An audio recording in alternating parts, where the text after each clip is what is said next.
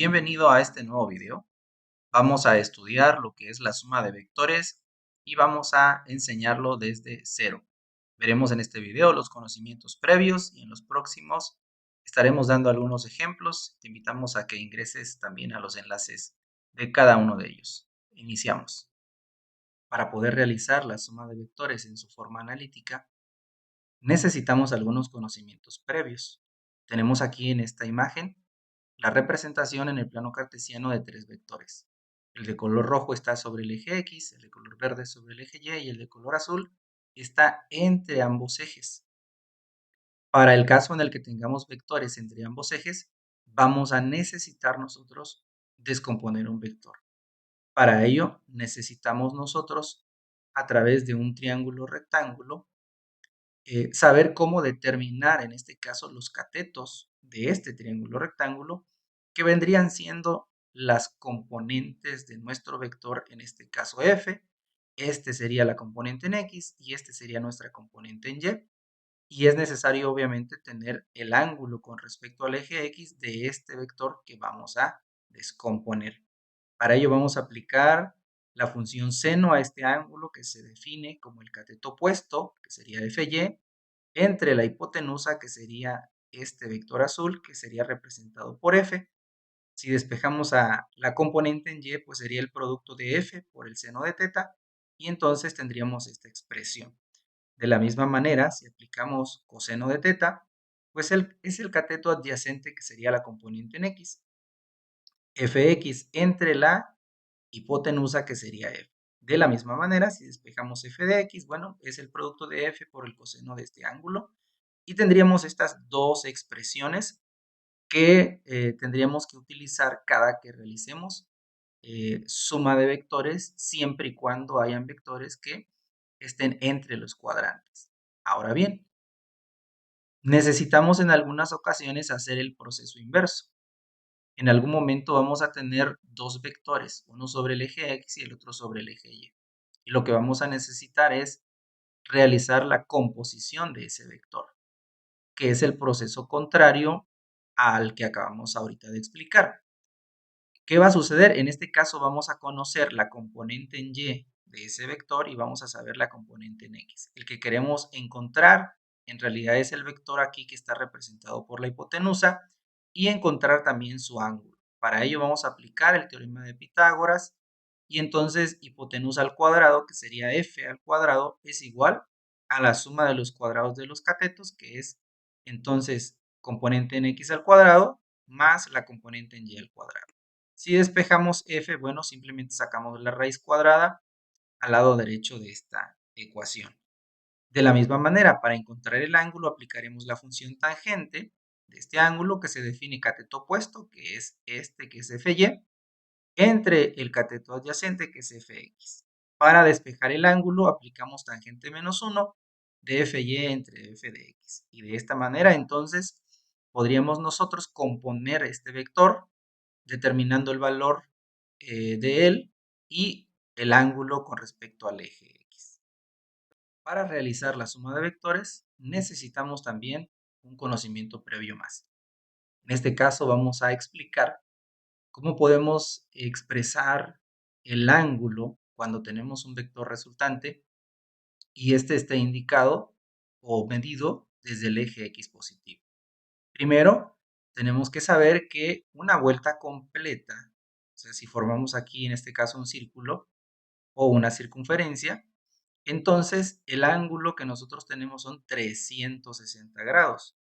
Recordemos que si esto se parte en cuatro partes iguales, que lo hace el plano cartesiano, pues cada uno de los cuadrantes está dividido en 90 grados. Quiere decir que si yo mido desde el eje X positivo, que sería este, hacia acá al eje Y positivo, aquí hay 90 grados, de acá, este sería el cuadrante 2, habrían otros 90, eso quiere decir que media vuelta es 180.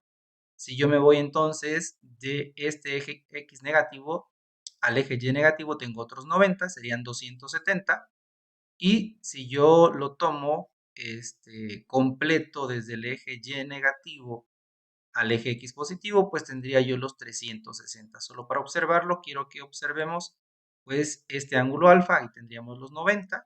Vamos a observar el de color verde nada más ahorita. Y quiero que veamos que aquí ya están casi los 180, pues otros 90, casi 270. Y si terminamos y regresamos la vuelta, pues casi los 360, que equivaldría en realidad también a 0 grados. Bien, dicho lo anterior, bueno, ahorita entonces vamos a explicar que hay dos maneras de poder representar un ángulo. Una de ellas es cuando este es medido en contra de las manecillas del reloj, que sería este ángulo de color verde. En este caso, pues alfa vale 72.6 grados y lo vamos a indicar con signo positivo. Repito, cuando sea en contra de las manecillas del reloj. Ahora bien, pero además de este ángulo, podemos también nosotros ubicar, ¿verdad?, a este vector que está representado por esta línea de color negro, indicando el ángulo medido desde el eje X positivo de acá, pero a favor de las manecillas del reloj. Cuando nosotros hagamos bueno, para este caso es beta de 287.4, tenemos que este ángulo va a ser negativo. Si nosotros lo vamos a poner o a utilizar para una operación en una función trigonométrica, repito, vamos a usarlo de forma negativa. Esto obviamente me lo indica la flechita, repito, esto es a favor de las manecillas del reloj.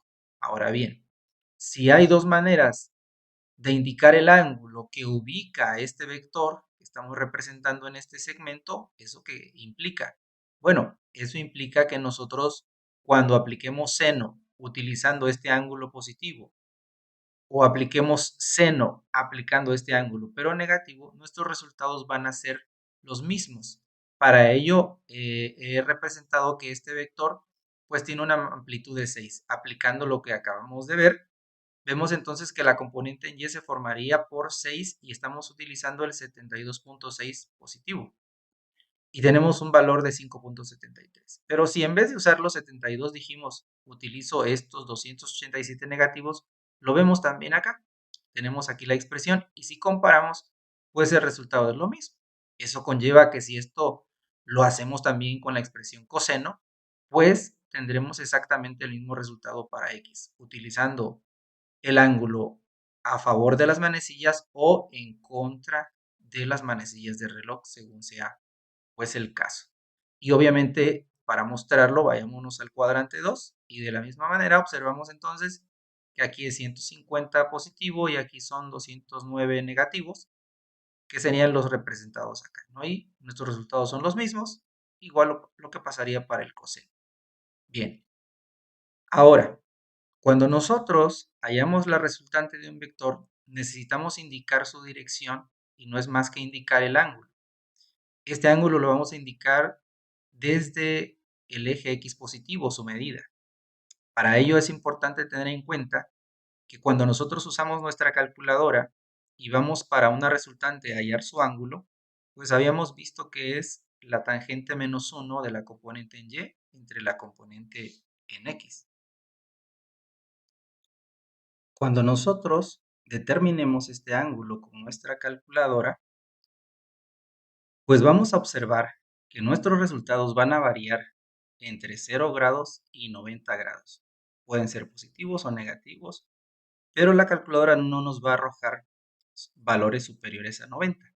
Ahora bien, quiero que lo observemos. Esto que tenemos aquí, ¿sí?, sería el resultado en la calculadora. Veamos que es aproximadamente de 0 a 90 grados. Cuando tengamos entonces una resultante que ya está en el cuadrante 2, veamos que no va a ser superior a 90 grados. ¿Qué ocurre aquí? Bueno, cuando nuestra resultante esté en el cuadrante 1, como lo es este caso, el resultado que nos arroje nuestra calculadora será el correcto, porque está medido desde el eje X positivo. Ahora bien, si tenemos un vector que está, su resultante, en el cuadrante 2, vamos a observar que el resultado es menos 34. Pero esto indica que fue medido desde el eje X negativo y fue medido en este sector nada más que observamos acá, ¿sí? Y este sector tiene un valor de menos 34.19, que es a favor de las manecillas del reloj, por eso es negativo. Pero lo que queremos en una resultante es indicar el resultado de un ángulo medido desde el eje X positivo, o sea, hace que sería este de color verde, que no corresponde al que me arrojó la calculadora. Bien, ¿qué vamos a hacer acá? Si el vector resultante está en los cuadrantes 2, como es este caso, o estén en el cuadrante 3, al ángulo que encontremos en la calculadora o que hayamos determinado le vamos a sumar 180. En este caso teníamos un negativo que encontramos, menos 34.19. Le sumamos 180 y mi resultado sería 145.81, que pues correspondería efectivamente al que es medido, ¿verdad? En contra de las manecillas, o sea, positivo, pero desde el eje X positivo. Igual pudiéramos en un momento dado indicarlo, ¿verdad? A favor de las manecillas, pero recordemos que en este caso sería menos 214.19. Si observamos esto en el cuadrante 3, ¿sí? Nos vamos a dar cuenta que, bueno, la regla es la misma. ¿Qué sucedió? Bueno, que si lo doy desde el eje X positivo en contra de las manecillas, hasta este punto llevamos media vuelta, que son pues obviamente los 180, y lo que mi calculadora me está arrojando son 48.54, y lo que me está arrojando es desde el eje X positivo, este sector que está aquí, este segmento que tenemos aquí de ángulo, pues corresponde a esos 48.54. Y entonces, por eso nuestro resultado nos da los 228.54 que tenemos acá. Igual podríamos indicar como resultado menos 131 porque este de color azul está medido a favor de las manecillas. Por último caso, tendríamos una resultante en el cuadrante 4. Si el vector resultante está en el cuadrante 4, el ángulo determinado es el correcto. O sea, este valor de beta, que sería medido desde el eje X positivo, pero a favor de las manecillas, menos 56.24, que es lo que me arrojaría mi calculadora. Ahora bien, si yo quiero indicarlo de manera positiva, o sea, indicarlo como está aquí en contra de las manecillas, como es este segmento que es de color verde, o ese sector, ¿qué va a suceder entonces? Bueno, lo que tenemos que hacer para expresarlo de forma positiva es sumar a este resultado 360. ¿Qué implica sumar 360? Bueno, en realidad es que le quitemos a estos 360 este valor. Y nos daría como resultado, bueno, pues este de color verde, que sería 303.76. Estas serían las diversas alternativas que ocurrirían cuando nosotros obtengamos un vector resultante, que tenemos que cuidar siempre para usar de manera correcta la expresión en nuestra calculadora para hallar el ángulo, es que consideremos los signos de cada cuadrante. En el cuadrante 1, la componente en X es positiva, la componente en Y también es positiva y lo podemos observar acá. ¿Sí? Cuando estemos en el cuadrante 2, utilicemos los ángulos. La componente en X es negativa, la componente en Y es positiva. Aquí está la parte de Y y aquí está la parte de X. En el tercer cuadrante, la componente tanto de X como de Y van a tener resultados negativos y lo podemos observar. Y en el cuadrante 4, pues en la parte de X esto es positivo y en la parte de Y pues es negativa y lo observamos acá. Y siempre que cuidemos esto, pues sería la forma en la que indicaríamos el ángulo que tiene un vector resultante siempre medido desde el eje X positivo.